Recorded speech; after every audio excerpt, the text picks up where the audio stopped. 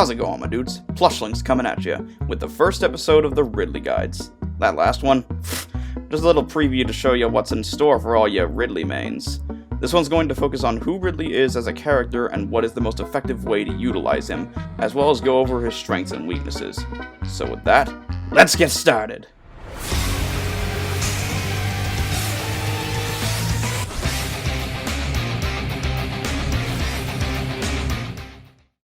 First things first, let's go over Ridley's stats. The first thing you'll note is that while he is indeed a big boy, he's not necessarily heavy. His weight value clocks in at 107. For context, that's lighter than Samus, Bowser Jr., and Piranha Plant, while being the same weight as characters like Ike and Snake. So what that means is that he's big like Donkey Kong and Bowser, but can't take hits like them. Though it should be noted that he has a better recovery than both of them, so as far as survivability goes, it evens out. But where he excels at is speed. And not just dash speed, where he makes 9th alongside Charizard, but also falling speed, where he falls into 17th place.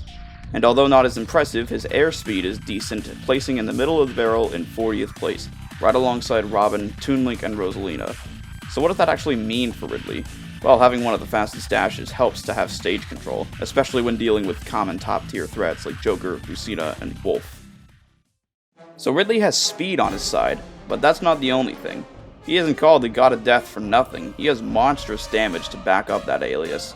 I'll cover the moves in more detail in the next episode, so stay tuned to that. But take my word for it, Ridley deals damage like it's no one's business. Not to mention the dude's kill power.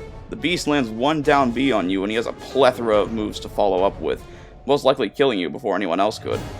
Honestly, to say Ridley has power is a gross understatement if my footage is anything to go by. Furthermore, Ridley's not too shabby when it comes to combos as well. Again, more details in a different video. For a heavyweight, he has really good combos and combo starters, the most common of which being down throw to nair and down tilt to fair. So Ridley has decent combos, good speed, and ludicrous damage. But, you may be asking yourself, how do I actually play Ridley? Well, to answer that question, I need to cover a bit of background first. Most fighters fall under 4 main categories: the speedy rushdown characters like Fox, Roy, and Sheik, long-range zoners like the Lynx, Snake, and Villager, the hybrids, which are a mixture of the two, such as Lucas, Peach, and Falco, and the bait-and-punish characters like Wario, Ganondorf, and King K. Rool. There are more specific archetypes for some characters that they fall under, but our good friend Ridley falls under the hybrid category, being able to play as a fast-paced killer who pressures his opponents, but can also keep their foes at bay with a wall of projectiles. The spread of fighters also illustrates one of Ridley's glaring flaws. He's a hybrid who can't confidently compete with characters on either end of the spectrum. His big body and relative lightweight makes him combo fodder, and he has trouble getting in to clobber the zoners. Another weakness he has is his unexpected predictability. As a Ridley player, you thrive on the opportunity to pull a fast one on your foe, yet that is quite the daunting task when your options are very limited as far as viability is concerned. Nair is your bread and butter attack for just about any situation, and that's about it. You have one good move that serves as your jack of all trades, and the rest of your moves are mildly good at best. This, quite contrary to your objective, makes you quite predictable. So with all this in mind, what would I define Ridley as a character to be?